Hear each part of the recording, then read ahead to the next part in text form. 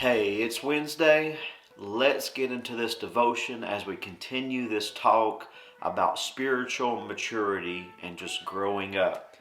In the Word of God in Titus chapter 2, starting in verse 6, it says this: Likewise, exhort the young men to be sober-minded, in all things showing yourself to be a pattern of good works, in doctrine showing integrity, reverence, incorruptibility, sound speech that cannot be condemned, that the one who is an opponent may be ashamed, having nothing evil to say of you. One of the key things about spiritual maturity is being responsible. I know that's hard because there's days, let's just be honest, we just don't want to be responsible.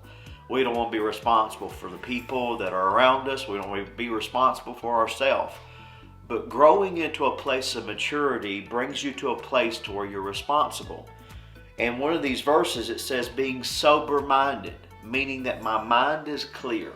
My mind is not encountered or hindered by outside forces or other people.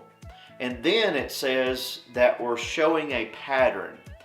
See, responsibility doesn't happen overnight. It is a constant pattern of living up to a standard that is set forth by God and His Word, not outside forces.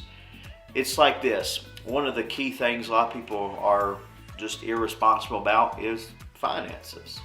You know, many of us today, there's so many things we can subscribe to. We can have Netflix, we can have Audible books, we can have Amazon Music and Spotify. All these different things are out there and they're subscriptions. But when we look at it, I wonder how much money we waste every single month on things we really don't use. That's not being responsible.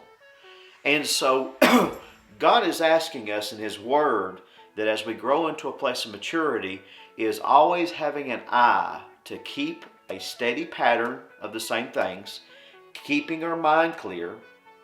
And then it talks about walking in integrity, reverence, incorruptibility, and sound speech, meaning that all these things are things of maturity, that we're talking the right talk, we're being reverent to people, being respectful for people, incorrupted.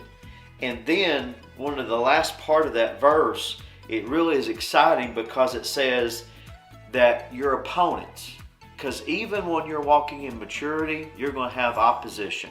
You're going to have the enemy. You're going to have people that are just going to come up against you. But it says this, that your opponents, they'll be ashamed, having no evil to say of you.